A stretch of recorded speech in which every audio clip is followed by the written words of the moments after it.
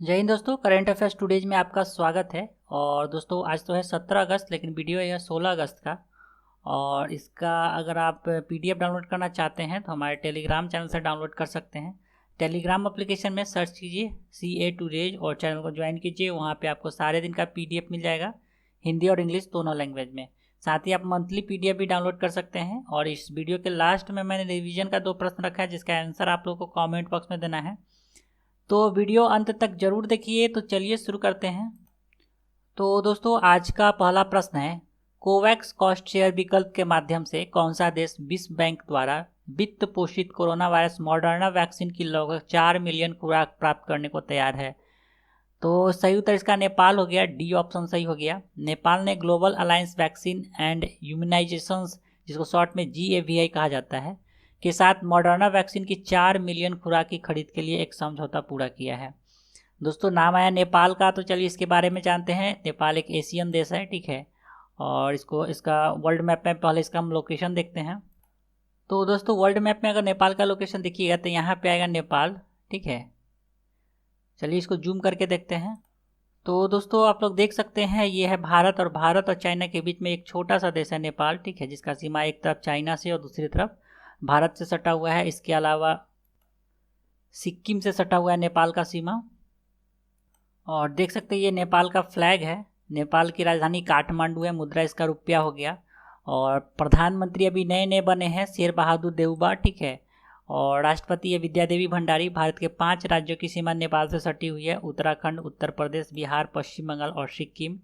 यह देश जड़ी बूटी तथा जल विद्युत के लिए प्रसिद्ध है। यहाँ 88% हिंदू है। नेपाल विश्व का प्रस्तावित प्रतिशत के आधार पर सबसे बड़ा हिंदू राष्ट्र है। संसार का सबसे ऊंचा 14 हिम श्रृंखलाओं में 8 नेपाल में है, जिसमें संसार का सर्वोच्च शिखर सागरमाथा एवरेस्ट और नेपाल और चीन की सीमा पे है। नेपाल की राजधानी और सबसे बड़ा शहर काठमांडू है। विश्व प्रसिद्ध पशुपतिनाथ मंदिर नेपाल के काठमांडू में है। नेपाल का सबसे प्रसिद्ध पर्यटन स्थल पोखरा है, जो कि सालों भर विश्व भर के विभिन्न देशों से पर्यटन यहाँ पे आते हैं। अगला प्रश्न है, हाल ही में कौन सा देश सरफेस टू सरफेस परमाणु सक्षम बैलिस्टिक मिसाइल गजनवी का सफलतापूर्वक परीक्षण किया है? तो सरफेस टू सरफेस परमाणु सक्षम बैलिस्टिक मिसाइल गजनवी इसका सफल परीक्षण किया है पाकिस्तान ने, बी ऑप्शन सही हो गया। और मिसाइल गजनवी 290 किलोमीटर की रेंज तक कई तरह के वारहेड पहुंचाने में सक्षम है। अब दोस्तों नाम आया पाकिस्तान का, तो पाकिस्तान से रिलेटेड करंट अफेयर्स एक बार रिवाइज करते हैं। और आप लोग कमेंट करके जरूर बताइए कि रिवीजन पार्ट आप लोग को अच्छा लग रहा है कि नहीं, ठीक है। तो हाल ही में पाकिस्तान ने 3 अगस्त 2021 को विभिन्न परियोजना के कार्यान्वयन में तेजी लाने के लिए चीन पाकिस्तान आर्थिक गलियारा, जिसको CPEC रूट बोला जाता है, चाइना पाकिस्तान इकोनॉमिक कॉरिडोर के लिए खालिद मंसूर को नया पॉइंट में नियुक्त किया है। हाल ही में पाकिस्तान ने चीन के कैंसिनो बायो कोविड टीके का उत्पाद शुरू किया है। हाल ही में पाकिस्तान में 1100 मेगावाट परमाणु ऊर्जा संयंत्र का शुभारंभ किया गया है। इसका उद्घाटन पाकिस्तान के प्रधानमंत्री इमरान खान के द्वारा किया गया है। इसे औपचारिक रूप से Karachi nuclear power plant unit 2 के नाम से जाना जाएगा। इसे चीन के सहयोग से बनाया गया है। इसका निर्माण कार्य 2013 में शुरू किया गया था। हाल ही में यूनाइटेड किंगडम के द्वारा पाकिस्तान को मनी लॉन्ड्रिंग और आतंकी वित्त पोषण के आरोप में अवांछनीय 21 उच्च जोखिम वाले देशों की सूची में शामिल किया गया है। हाल ही में अमेरिका ने पाकिस्तान के एक मानव तस्करी संगठन आबिद अली खान ट्रांसनेशनल संगठन को पर प्रतिबंध लगाया है। नेक्स्ट है, हाल ही में मोबीक्विक ने सेबी के साथ अपना ड्राफ्ट रेड हियरिंग प्रोस्पेक्टस दाखिल करने के बाद अपने बोर्ड में कितने नए स्वतंत्र निदेशक को नियुक्त किया है? तो सीधा सा बोला जाए तो मोबीक्विक ने अभी 4 स्वतंत्र निदेशक नियुक्त किया है, इंडिपेंडेंट डायरेक्टर। और दोस्तों यहाँ पे एक टर्म आ रहा है रेड हेयरिंग प्रोस्पेक्टस, ठीक है। तो रेड हेयरिंग प्रोस्पेक्टस एक टेक्निकल शब्द है, और ये जो होता है ये कॉरपोरेट सेक्टर से जुड़ा हुआ शब्द है। और जब भी कोई कंपनी शेयर इशू करती है या IPO लाती है, तो जिस तरह से हम लोग कॉलेज वगैरह में एडमिशन लेते हैं तो हम लोग पहले प्रोस्पेक्टस को देखते हैं। तो ये शेयर का एक प्रोस्पेक्टस होता है, रेड हेयरिंग प्रोस्पेक्टस, ठीक है। तो ये कंपनी को तैयार करके पहले सेबी के यहाँ इसको सबमिट करना होता है, ठीक है। तो वही यहाँ पे है कि मोबीक्विक ने सेबी के साथ अपना रेड हेयरिंग प्रोस्पेक्टस दाखिल करने के बाद अपने बोर्ड में कितने ने स्वतंत्र निदेशक नियुक्त किया है? तो 4 है इसका सही उत्तर हो गया। अब कौन कौन से नियुक्त किए गए हैं? तो नियुक्ति में ब्लैक स्टोन के पूर्व MD डॉक्टर पुनीता कुमार सिन्हा, मिस्र और संयुक्त अरब अमीरात में भारत के पूर्व राजदूत नवदीप सिंह सूरी, पेशेंस की सह संस्थापक श्याली करंजकर और लिंक्डइन के मुख्य प्रौद्योगिकी अधिकारी रघुराम हिलेमगुलर शामिल किए गए हैं। अगला प्रश्न है, सहयोग कृषि अनुसंधान और इसके विस्तार को बढ़ावा देने के लिए किस देश के द्वारा ब्रिक्स कृषि अनुसंधान मंच विकसित किया गया है? तो ब्रिक्स कृषि अनुसंधान मंच विकसित किया गया है दोस्तों भारत के द्वारा, बी ऑप्शन सही हो गया। और ब्रिक्स देशों के कृषि मंत्रियों ने सितंबर 2021 में भारत की अध्यक्षता में होने वाले शिखर सम्मेलन से पहले 14 अगस्त 2021 को आभासी रूप से विचार विमर्श किया और इसका थीम था खाद्य और पोषण सुरक्षा के लिए कृषि जैव विविधता को मजबूत करने के लिए ब्रिक्स साझेदारी।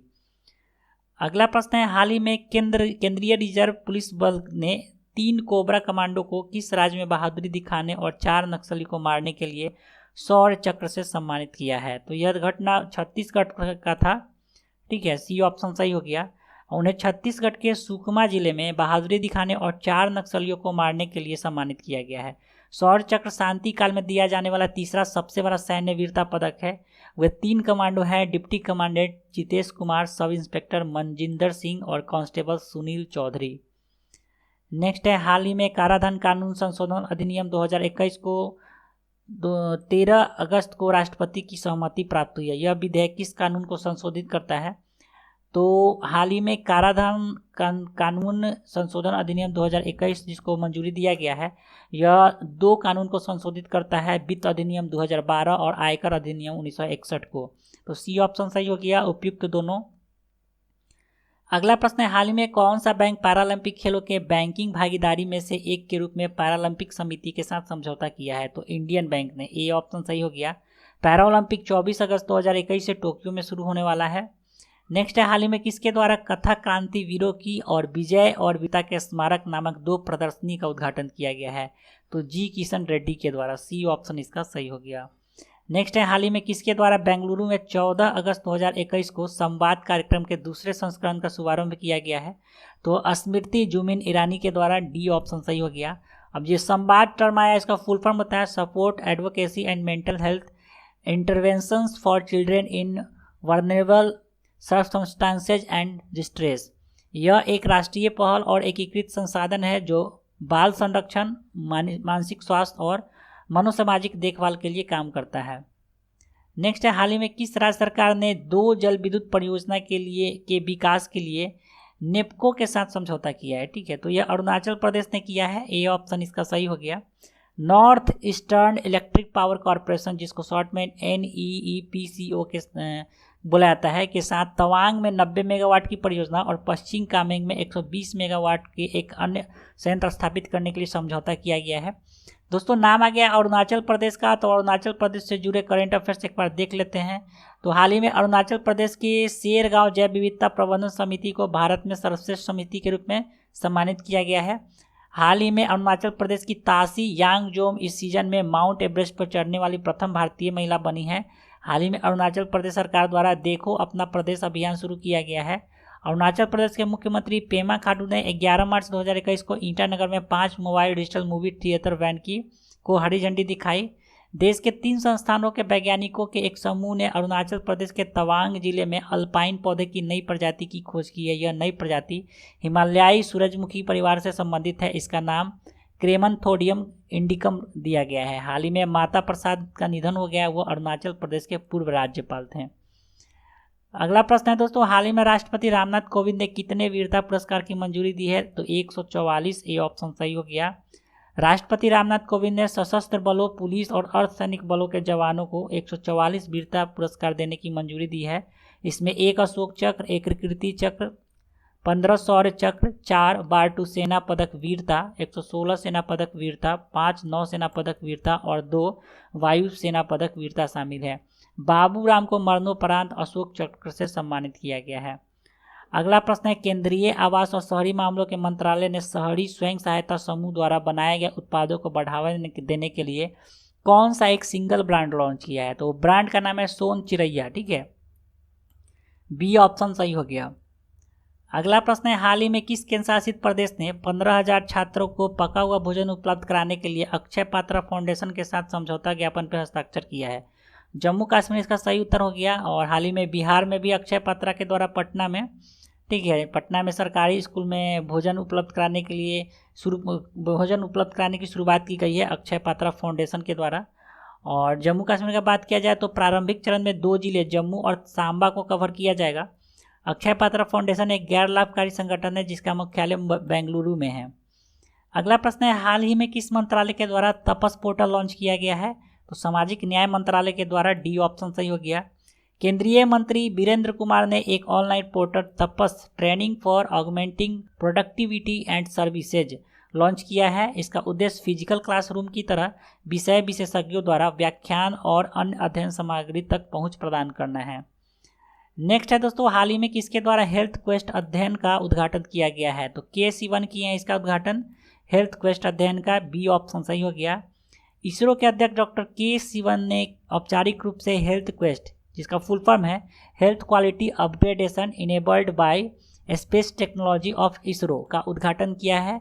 इस अध्ययन का उद्देश्य मानवीय त्रुटियों को कम करना और अस्पतालों की आपातकालीन और इंटेंसिव केयर यूनिट में शून्य दोष और गुणवत्ता सेवा प्राप्त करने की दिशा में प्रयास करना है।